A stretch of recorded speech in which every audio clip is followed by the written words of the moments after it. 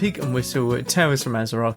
As always here at the Pig and Whistle Inn in Stormwind, I go for a variety of subjects with regards to World of Warcraft. So grab a bottle or a pint, sit back and enjoy. Today we're going to be going over people in WoW.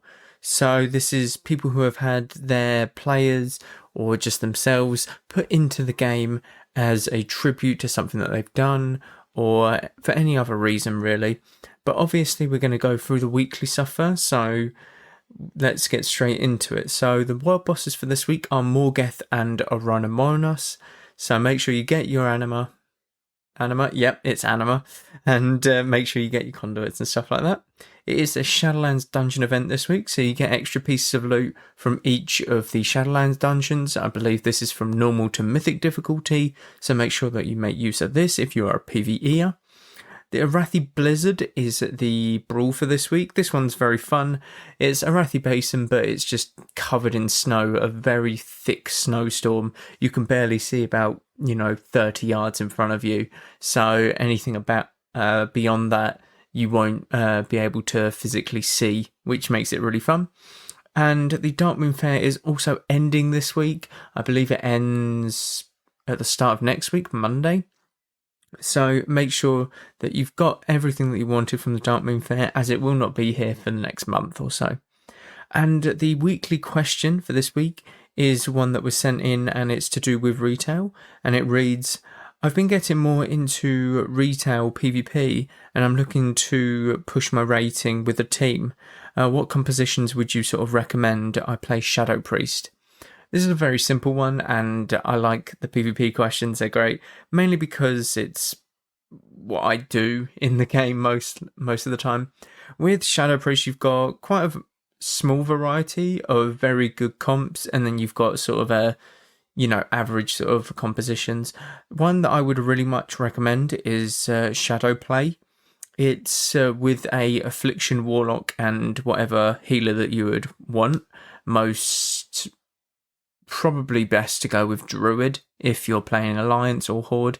I think it would be best to go with Druid. Shaman is also a very good pick with this. You're looking to just slowly kill the game off over time, so you want something that's very that can keep its mana pool very topped up, and Druids can do that through drinking. Shamans do that passively just because they have very good healing output while not spending a lot of mana. It's very durable with the cooldowns and the defensives that you've got. It can be very bursty at the moment with Deathbolt and stuff like that. So this is probably one of the better comps. You also have Shadow Priest Warrior. I'm not too sure what the composition is called, but it's Shadow Priest Warrior and then probably a Druid again. Very tanky. The warrior is very consistent in damage. You're obviously going to be the target, so just make sure that you are very good at sort of kiting and staying alive. That is your primary focus. The warrior will deal the damage for you. And then you have something called God Comp. Don't ask why it's called God Comp, it's just called God Comp. And this is Shadow Priest, Fire Mage, and Resto Druid. Again, you partner well with a Resto Druid, it seems, going for all of these. These are the top 3 Shadow Priest comps that I would recommend, as they are very, very good on the ladder.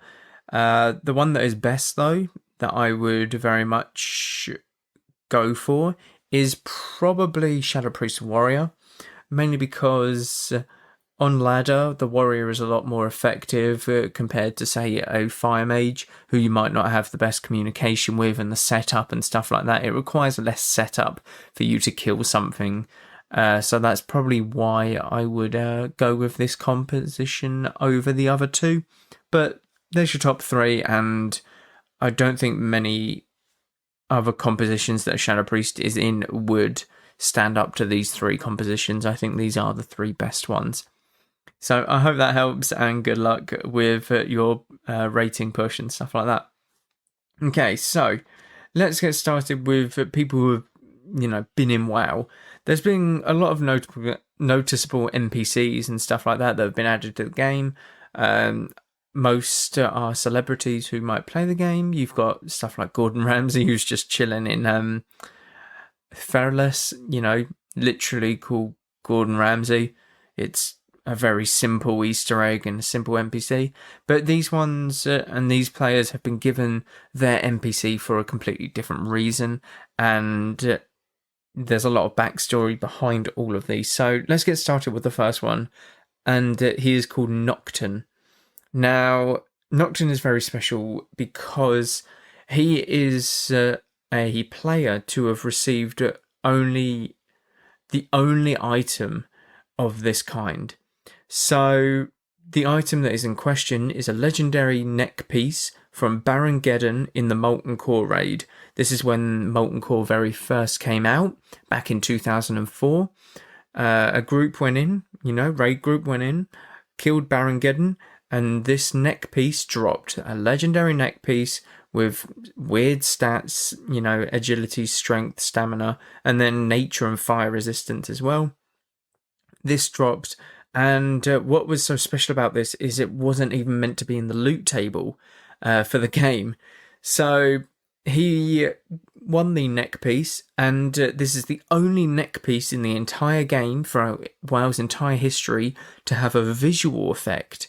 So he would equip the neck piece, and he would have a shining blue electric ball around his chest area, which is really cool. It's like a shaman's not earth shield, lightning shield.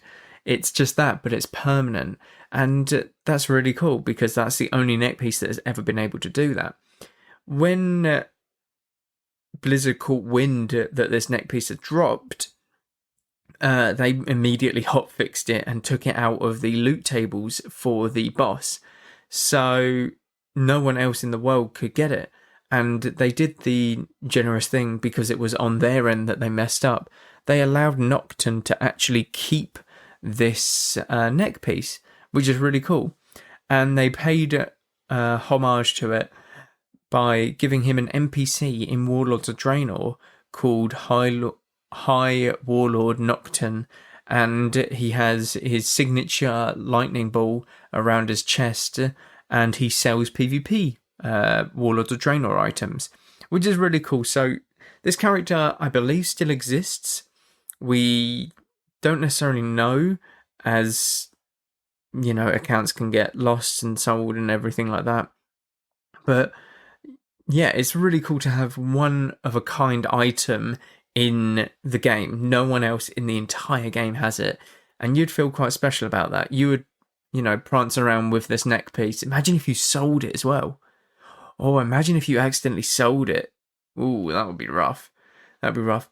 But yeah, this isn't the only one, or this isn't the only time someone's gotten a only piece on their character, like a one, or the only item for that character. So there was a incident a while back where someone accidentally deleted his Mechanostrider, the gnome mount, the little gnome robot mounts. He accidentally deleted it, opened up a ticket, and to request his mount be restored, which they did. They restored his mount. But what they did was they gave him a mount that wasn't actually in the game itself, but in the game files.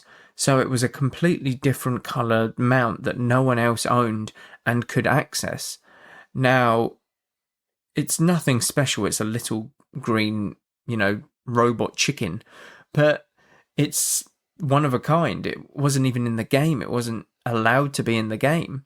It's just in the game files. He was allowed to keep it and stuff, and I believe that he tried to actually sell his account, which he got banned for. So I don't think it's in the game anymore, as it were, because the account is suspended. But, it's one of them things.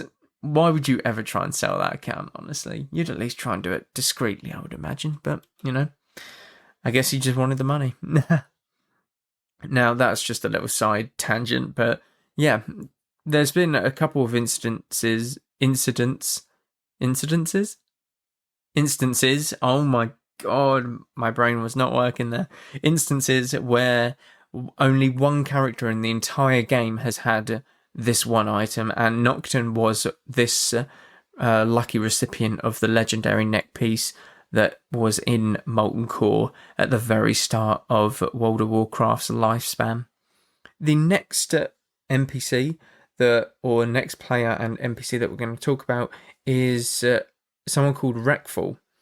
Now, Wreckfall is no longer with us, but to pay homage to Wreckfall, Blizzard added him into the game as a rogue trainer. Now, he is in Stormwind, that is where he resides, and he has been in the game since Shadowlands, the start of Shadowlands, late Battle for Azeroth. He doesn't train assassination rogues, as he was one of the earlier WoW streamers to start streaming PvP. He was a very good PvPer, and what he would do was constantly play the rogue spec that wasn't the best to have a challenge.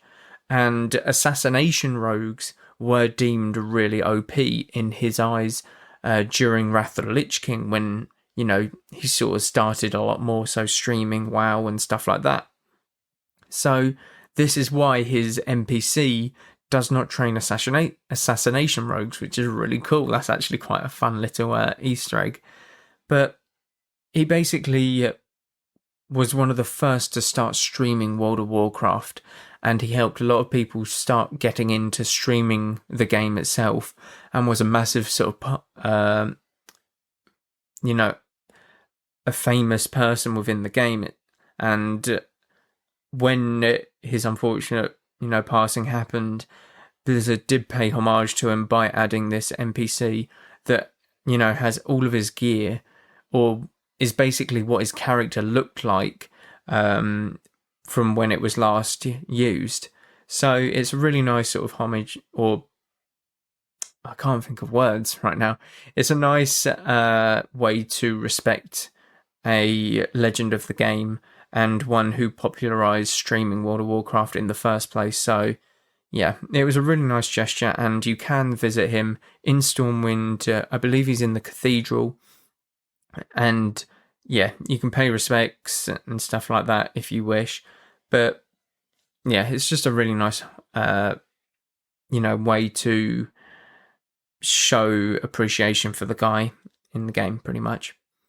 The next one I'm going to talk about is someone called Double Agent. Now, this one's quite entertaining because this is a guy who was neutral, so he didn't pick a Horde or Alliance for the entire time that he was leveling. Now, that's pretty impressive. There's only one race that can not pick a race, or a faction, and that comes to an end when you reach around level 10. You have to pick a faction to proceed and carry on doing quests and stuff, because you run out of quests when you're on the Panda starting island. This guy didn't pick a faction. Instead, when he got to level 10, 11, 12, whenever he ran out of quests on Pandaria, on the Panda starting island, all he did was pick Peace Bloom and Copper Veins, and mine Copper Veins, as well as Earth Roots, Silver Leaf, stuff like that. And this was the only way that he would be able to gain XP. He did this for 110 levels. He did it in Battle for Azeroth when the level cap was level 120. Now, to put this into perspective, Shadowlands XP, you need about... I'm trying to think. I'll take my level 44 Tauren Druid at the moment as an example, actually, because I remember the XP. So you need 100,000 XP to get to level 44 to level 45, yeah? You get 20 XP for picking a Peace Bloom or mining a Copper Vein. 20 XP. How insane is that? Like, he must have made a killing off of the selling, or off of the, auctions, when he could finally leave that island. I wonder how much gold he had, actually, at the end of picking all that Silverleaf and Copper Vein. Interesting, because it doesn't sell for a lot, so I'm wondering if he walked away with like 100 gold maximum. But all he did was pick Peace Bloom, herbs, and mine minerals. He didn't do any quests, he didn't pick a faction, he didn't do anything at all. He just did that until he hit max level. This took years to accomplish. Not, months or a year. Years, multiple. How dedicated do you need to be to run around an island and just hit minerals and pick up herbs for most of the day to level that character?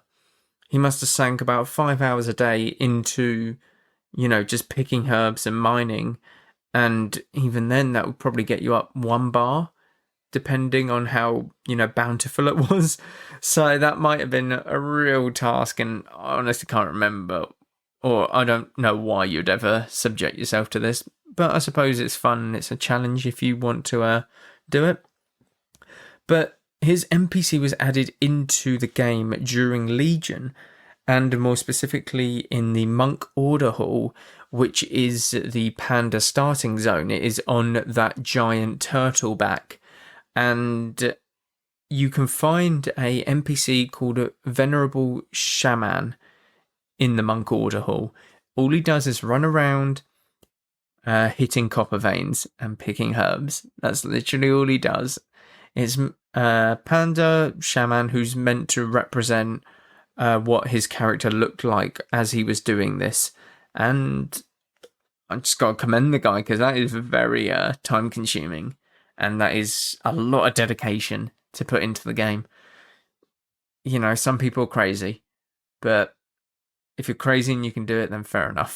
Fair enough. The next one I actually never knew about. This is a NPC called Booms, and the guy is also called Booms, but his character was called Booms.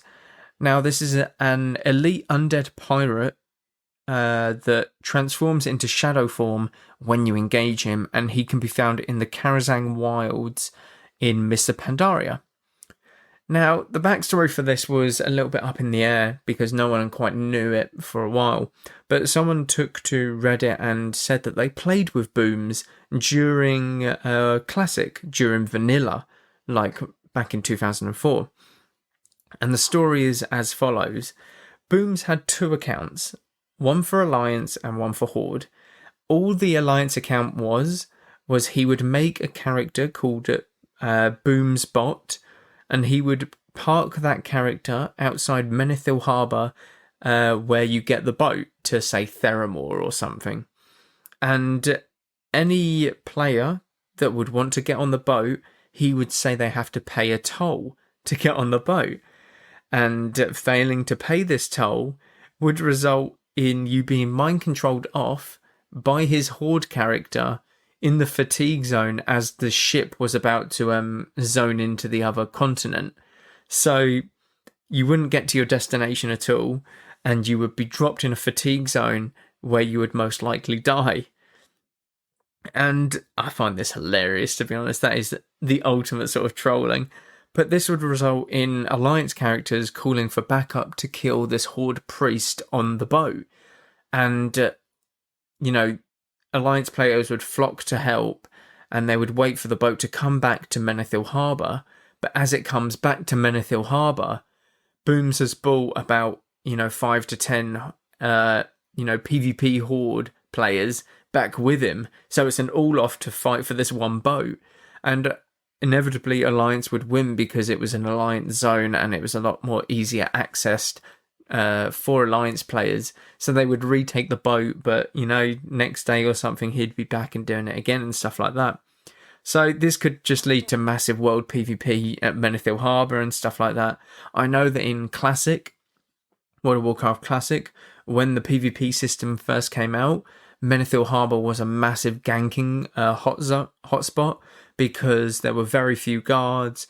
The boats were perfect for killing lobby players just travelling to and from destinations to, get to leveling and stuff like that. So I can see this being amazing back in the day. 2004 internet, 2004 PCs, you're just getting jumped off, you don't have the reaction time, you don't know what's happening, your character's just walking around, aimlessly, you're not even controlling him, you don't know what mind control is back in 2004, but, you just get jumped off in the middle of the ocean. That's that's quite entertaining, I'm not going to lie. There's a very high form of trolling, which I wish I would have come up with. I'm not going to lie. I wonder how much gold he made from people actually paying the toll. And I wonder what he did with it, to be honest. It's quite an interesting thing to think about, in all honesty. Next one, we have Leroy Jenkins. Now, anyone who plays WoW or is familiar or has been playing WoW for a long time is probably familiar with this name. If you don't know who Leroy Jenkins is, or you've probably still heard the name, most likely. Now, Leroy Jenkins has the most viewed WoW video of all time. That was my chair. Sorry if you heard that. I was just moving in my chair. Had to adjust myself. But he has the most viewed WoW video of all time.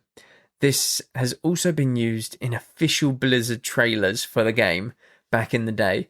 Now, the video, if you don't know what it is, just search Leroy Jenkins. You'll find it. You'll definitely find it. But it's a very simple concept. It's just friends talking about like how to deal with a certain room in a certain dungeon, and everyone's sort of discussing, and he just charges in. It's great fun. It's quite entertaining and stuff like that. But he was put into the game and has been made a staple point all throughout. He's basically WoW lore at this point, in all honesty. He's been given a card in Hearthstone, Blizzard's card game, that brings into account, World of Warcraft lore and stuff like that. And World of Warcraft characters, everything like that. He is also a garrison follower in Warlords of Draenor. You would recruit him by going into Upper Blackrock Spire, where the video was filmed, and you would help him complete his journey from the ending of that video.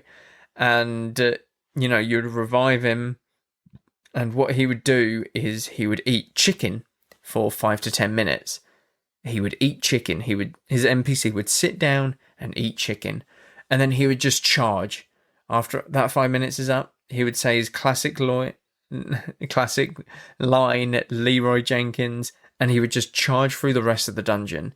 So if you hadn't cleared the rest of that dungeon, you were pulling everything. All right? You were pulling everything. So you would obviously go and clear the dungeon, then come back and talk to him. But this made it fun. It made it sort of a time-sensitive thing if you wanted to push yourself. You activate him and then you try and complete the dungeon in that given time. But if he would run towards the end and get to the end, then you could recruit him as a garrison follower. I have him on multiple characters, and it was just quite a fun little Easter egg to have in the revamped Upper Blackrock Spire, to be honest. The last one I want to talk about is one that I've known for years, and this is one that always piqued my interest when I played a Tauren. Now, you're probably wondering why Tauren. So, I've leveled every single race in their starting zones, in their respective starting zones, and the zones after that, because I like to experience the entire thing. I like to experience the entire zones and stuff like that. Several years ago, when I first started playing, I was leveling a Tauren, and you go through the first camp, you get to level 5, and you'd head to the next town, like you usually do for everything. But there was a Tauren in this town that stood out, and it stood out because of the voice of the Tauren. Now, I don't know how to carry on, really. The Tauren had lost its dog, and the quest was very simple. You just find the dog and stuff like that. The person that we're talking about is called E Phoenix. They are no longer with us, and this was a child who, through Make-the-Wish Foundation, had a lot of time working with Blizzard and, being showed around Blizzard HQ, and they gave him certain items within the game, such as Ashes of Allah. He was the very first owner of the Mount Ashes of Allah back in Burning Crusade, which is a very sought-after mount even to this day. And the person, or the child's name, is called Azra Chatterton. And they, while at Blizzard HQ, allowed him to record some voice lines for an NPC. And this is the NPC that I'm talking about. This is the Tauren that is in the second village in the starting zone of Mulgore. And whenever I went to Mulgore and I talked to this Tauren, after I'd found out, who voiced it and stuff like that, it stuck with me for the rest of my time playing WoW, which is really impactful, because that is the Tauren, or that is the NPC that I can picture in my head clear as day. I can picture the voice line, I can picture, the quest that he gives, and I can barely do that for any other NPC in the game, which I think is really cool. The NPC the NPC is called, I had it here, there you go, Ahab Wheathoof. You can't miss him. It's as you go across the bridge, as you look to go across the bridge out of the second town, he will be there putting a wanted poster up with a little straw hat on in some sort of farmer garments and stuff like that. I look like that. I can just picture it clearly. I can picture the colour of the hat. It's like a sort of tanny colour, like a kind of a darker wheat colour. Blue overalls, I believe. It's something that's stuck with me, because I just know who voiced this character, and I know why they voiced this character, why they got the opportunity to, and it's really lovely, to be honest. So he got to voice the character for the Tauren. They gave him the Ashes of Allah, the very first Ashes of Allah. They also named the crossbow in Burning Crusade, the PvP crossbow, after him. They called it the Merciless Gladiator Crossbow of the Phoenix. And yeah, it's just lovely that these sort of things are in WoW. And I think that maybe they could do a lot more of them to sort of immortalize these people. And yeah, it's just really nice. The stuff like Wreckful and E-Phoenix, people who are no longer with us, they will forever be in the game, and they will be a part of the game forever. They are remembered through the game, and that's something very special. Others like Leroy Jenkins have been a massive impact to the game and have their own place, but I think Blizzard do need to do more of the sentimental ones, because it's very special, and it gives the game more life, as it were. It gives the game more meaning to play through, to meet these different NPCs, to know why this one sounds different to this NPC and stuff like that. So it's really nice. It's really nice to see these, and it's nice to immortalize these players in the game as they are, because no one's sticking around forever, are they? This is a way to immortalize them, and that's really nice. But thank you all very much for listening. As always, it's a bit of a different one. I do like these sort of hidden Easter eggs, the hidden NPCs and stuff within the game. So I will be looking to do a couple more of these probably in the near future. Obviously, there's loads of stuff in game that, is Easter eggs and hidden away and stuff like that. So got a lot more to come. Thank you all very much for listening. Check out the Patreon, check out the YouTube, Twitch. It's all going on. There's constant streams, constant YouTube uploads and stuff like that. Go with Valor, friends.